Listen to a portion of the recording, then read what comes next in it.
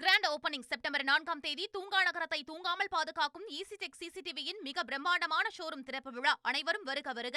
செய்தியாளர் ரமேஷ் இணைகிறார் டெல்லியிலிருந்து. ரமேஷ், எந்தெந்த பொருட்களுக்கு ஜிஎஸ்டி வரி எவ்வளவிலிருந்து தற்பொழுது எவ்வளவாக குறைக்கப்பட்டிருக்கிறது? வணக்கம். பிரதமர் அண்மையில் அறிவித்தது போல நாட்டு மக்களுக்கான தீபாவளி பரிசு அறிவிக்கப்பட்டிருக்கிறது.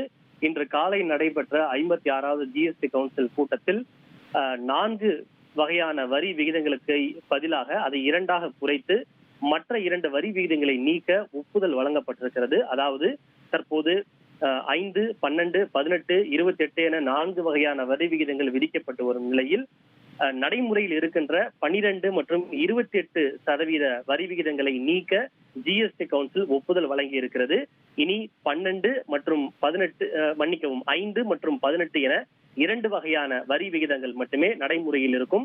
இது தொடர்பான மத்திய அரசின் பரிந்துரைக்கு ஜிஎஸ்டி கவுன்சில் ஏகமனதாக ஒப்புதல் வழங்கி இருக்கிறது என்பது குறிப்பிடத்தக்கது.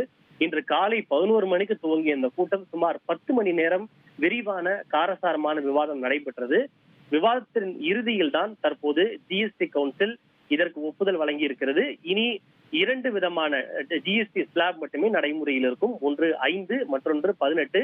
இது தவிர 3ஆவதாக ஒன்று இருக்கும். அது 40%. 40%ஐ பொறுத்தவரை சாமானிய மக்களுக்கோ நடுத்தர மக்களுக்கோ இதனால் எந்த விதமான பாதிப்பும் இல்லை. அதாவது புகையிலை, அதே சிகரெட், அதிநவீன சொகுசு கார்கள் உள்ளிட்ட ஆடம்பரமான பொருட்கள் மட்டும்தான் இந்த 40% வரி விதித்திற்குள் வரும் என்பதால் அது சாமானிய மக்களையோ நடுத்தர மக்களையோ அதிகம் பாதிக்காது என்பது குறிப்பிடத்தக்கது. செப்டம்பர் 22ஆம் தேதி முதல் இந்த அடுத்த தலைமுறை ஜிஎஸ்டி வரி சீர்திருத்தம் என்று சொல்லப்படுகின்ற ஜிஎஸ்டி 2.0 நடைமுறைக்கு வரும். அதாவது நவராத்திரி பண்டிகைக்குள்ளாக இதனை நடைமுறைக்கு கொண்டு வர திட்டமிடப்பட்டிருக்கிறது. பிரதமர் அறிவித்தது போல தீபாவளி பண்டிகையை முன்னிட்டு நாட்டு மக்களுக்கு, குறிப்பாக ஏழைகள் மற்றும் நடுத்தர வர்க்கத்தினருக்கான தீபாவளி பரிசாக இது அமையும் என்று எதிர்பார்க்கலாம். இதன் காரணமாக எம்எஸ்எம்இ நிறுவனங்கள், ஸ்டார்ட் அப் நிறுவனங்கள், சிறு குறு நிறுவனங்கள் கூட பெரிய அளவில் பயன்பெறுவதோடு பொருளாதாரத்திற்கு மிகப்பெரிய அளவில் ஊக்கம் கிடைக்கும் என்று எதிர்பார்க்கப்படுகின்றது.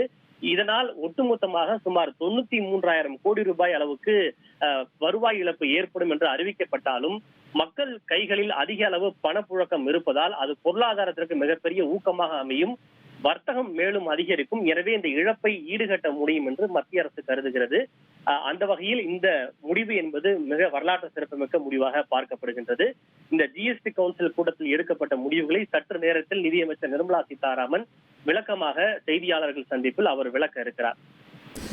உங்களுடைய தகவல்களுக்கு நன்றி ரமேஷ். கிராண்ட் ஓபனிங் செப்டம்பர் 4ஆம் தேதி தூங்கா நகரத்தை தூங்காமல் பாதுகாக்கும் ஈசிடெக் சிசிடிவியின் மிக பிரம்மாண்டமான ஷோரூம் திறப்பு விழா. அனைவரும் வருக வருக.